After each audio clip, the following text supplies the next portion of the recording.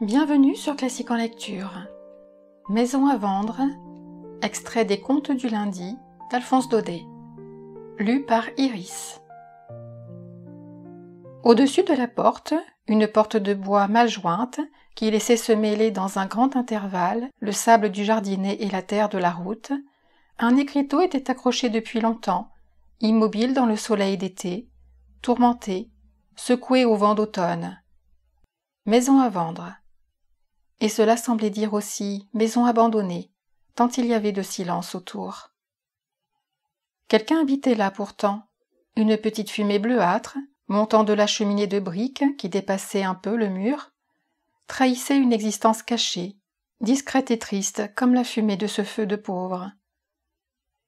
Puis, à travers les haies branlants de la porte, au lieu de l'abandon, du vide, de cet en l'air qui précède et annonce une vente, un départ, on voyait des allées bien alignées, des tonnelles arrondies, les arrosoirs près du bassin et des ustensiles de jardinier appuyés à la maisonnette. Ce n'était rien qu'une maison de paysan, équilibrée sur ce terrain en pente par un petit escalier qui plaçait le côté de l'ombre en premier, celui du midi au rez-de-chaussée. De ce côté-là, on aurait dit une serre. Il y avait des cloches de verre empilées sur les marches, des pots à fleurs vides, renversés, d'autres rangés avec des géraniums, des verveines sur le sable chaud et blanc. Du reste, à part 2 ou 3 grands platanes, le jardin était tout au soleil. Des arbres fruitiers en éventail sur des fils de fer, ou bien en espalier, s'étalaient à la grande lumière, un peu défeuillés, là seulement pour le fruit. C'étaient aussi des plants de fraisiers, des pois à grandes rames, et au milieu de tout cela, dans cet ordre et ce calme, un vieux à chapeau de paille qui circulait tout le jour par les allées, arrosait aux heures fraîches, coupait, émondait les branches et les bordures. Ce vieux ne connaissait personne dans le pays, excepté la voiture du boulanger qui s'arrêtait à toutes les portes, dans l'unique rue du village. Il n'avait jamais de visite. Parfois, quelques passants, en quête d'un de ces terrains à mi-côte, qui sont tous très fertiles et font de charmants vergers, s'arrêtaient pour sonner en voyant l'écriteau. D'abord la maison reste sourde. Au second coup, un bruit de sabots s'approchait lentement du fond du jardin, et le vieux entrebâillait sa porte d'un air furieux. « Qu'est-ce que vous voulez ? La maison est à vendre ? » ?»« Oui, » répondait le bonhomme avec effort. « Oui, elle est à vendre, mais je vous préviens qu'on en demande très cher. » Et sa main, toute prête à la refermer, barrait la porte. Ses yeux vous mettaient dehors, tant il montrait de colère, et il restait là, gardant comme un dragon ses carrés de légumes et sa petite cour sablée. Alors les gens passaient leur chemin, se demandant à quel maniaque ils avaient affaire, et quelle était cette folie de mettre sa maison en vente, avec un tel désir de la conserver. Ce mystère me fut expliqué. Un jour, en passant devant la petite maison, j'entendis des voix animées, le bruit d'une discussion.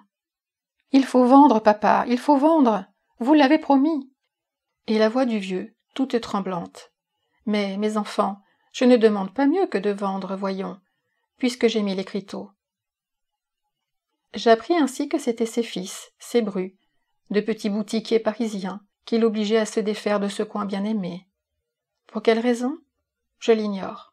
Ce qu'il y a de sûr, c'est qu'il commençait à trouver que la chose traînait trop, et à partir de ce jour, il vint régulièrement tous les dimanches pour harceler le malheureux, l'obliger à tenir sa promesse. De la route, dans ce grand silence du dimanche, où la terre elle-même se repose d'avoir été labourée, ensemencée toute la semaine, j'entendais cela très bien. Les boutiquiers causaient, discutaient entre eux en jouant au tonneau, et le mot « argent » sonnait sec, dans ces voix aigres comme des palais qu'on heurtait. Le soir, tout le monde s'en allait, et quand le bonhomme avait fait quelques pas sur la route pour les reconduire, il rentrait bien vite et refermait tout heureux sa grosse porte, avec une semaine de répit devant lui. Pendant 8 jours, la maison redevenait silencieuse. Dans le petit jardin brûlé de soleil, on n'entendait rien que le sable écrasé d'un pas lourd, ou traîné au râteau. De semaine en semaine, cependant, le vieux était plus pressé, plus tourmenté. Les boutiquiers employaient tous les moyens. On amenait les petits-enfants pour le séduire. « Voyez-vous, grand-père, quand la maison sera vendue, vous viendrez habiter avec nous. Nous serons si heureux tous ensemble. » Et c'étaient des apartés dans tous les coins, des promenades sans fin à travers les allées, des calculs faits à haute voix. Une fois, j'entendis une des filles qui criait « La baraque ne vaut pas 100 sous, elle est bonne à jeter à bas. » Le vieux écoutait sans rien dire. On parlait de lui comme s'il était mort, de sa maison comme si elle était déjà abattue. Il allait, tout voûté, des larmes dans les yeux, cherchant par habitude une branche à émonder, un fruit à soigner en passant.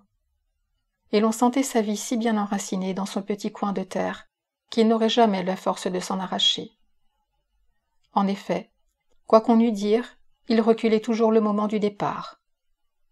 En été, quand mûrissaient ces fruits un peu acides qui sentent la verdeur de l'année, les cerises, les groseilles, les cassis, il se disait « Attendons la récolte, je viendrai tout de suite après. » Mais la récolte faite, les cerises passées, venait le tour des pêches, puis des raisins, et après les raisins, celle des nèfles brunes, qu'on cueille presque sous la neige. Alors l'hiver arrivait. La campagne était noire, le jardin vide. Plus de passants, plus d'acheteurs. Plus même de boutiquiers le dimanche. 3 grands mois de repos pour préparer les semences, tailler les arbres fruitiers, pendant que l'écriteau inutile se balançait sur la route, retourné par la pluie et le vent.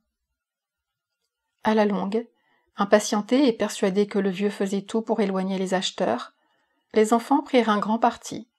Une des Bru vint s'installer près de lui, une petite femme de boutique, parée dès le matin, et qui avait bien cet air avenant, faussement doux, cette amabilité obséquieuse des gens habitués au commerce.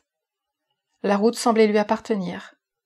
On ouvrait la porte toute grande, causait fort, souriait aux passants comme pour dire « Entrez, voyez, la maison est à vendre. » Plus de répit pour le pauvre vieux. Quelquefois, essayant d'oublier qu'elle était là, il bêchait ses carrés, les ensemençait à nouveau, comme ces gens tout près de la mort qui aiment faire des projets pour tromper leurs craintes. Tout le temps, la boutiquière le suivait, le tourmentait. « Bah, à quoi bon? C'est donc pour les autres que vous prenez tant de peine ?» Il ne lui répondait pas, et s'acharnait à son travail avec un entêtement singulier.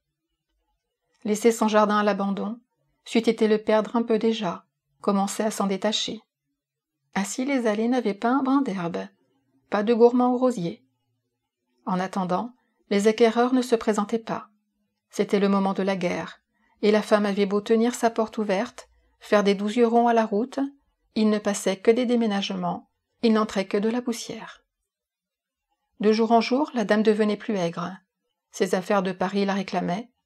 Je l'entendais accabler son beau-père de reproches, lui faire de véritables scènes, taper les portes. Le vieux courbait le dos sans rien dire, et se consolait en regardant monter ses petits pois, et l'écriteau, toujours à la même place, maison à vendre. Cette année, en arrivant à la campagne, j'ai bien retrouvé la maison. Mais hélas, l'écriteau n'y était plus. Des affiches déchirées, moisies, pendaient le long des murs. C'est fini. On l'avait vendu. À la place du grand portail, une porte verte fraîchement peinte, avec un fronton arrondi, s'ouvrait par un petit jour grillé qui laissait voir le jardin. Ce n'était plus le verger d'autrefois, mais un fouillis bourgeois de corbeilles, de pelouses, de cascades, le tout reflété dans une grande boule de métal qui se balançait devant le perron. Dans cette boule, les allées faisaient des cordons de fleurs voyantes, et de larges figures s'étalaient, exagérées. Un gros homme rouge, tout en âge, enfoncé dans une chaise rustique, et une énorme dame essoufflée, qui criait en brandissant un arrosoir. « J'en ai mis 14 aux balsamines !» On avait bâti un étage, renouvelé les palissades, et dans ce coin remis à neuf, sentant encore la peinture, un piano jouait à toute volée des quadrilles connus et des polkas de bal public. Ces airs de danse, qui tombaient sur la route et faisaient chaud à entendre, mêlés à la grande poussière de juillet, ce tapage de grosses fleurs, de grosses dames, cette gaieté débordante et triviale, me serrait le cœur. Je pensais au pauvre vieux qui se promenait là si heureux, si tranquille, et je me le figurais à Paris, avec son chapeau de paille, son dos de vieux jardinier, errant au fond de quelque arrière-boutique, ennuyé, timide, plein de larmes, pendant que sa bru triomphait dans un comptoir neuf, où sonnaient les écus de la petite maison. Merci d'avoir écouté Maison à vendre sur Classique en lecture. Si cette vidéo vous a plu, vous pouvez la partager. N'hésitez pas à liker, vous abonner et activer la cloche des notifications pour être prévenu lorsque je sors une nouvelle vidéo de lecture. À très vite sur Classique en lecture.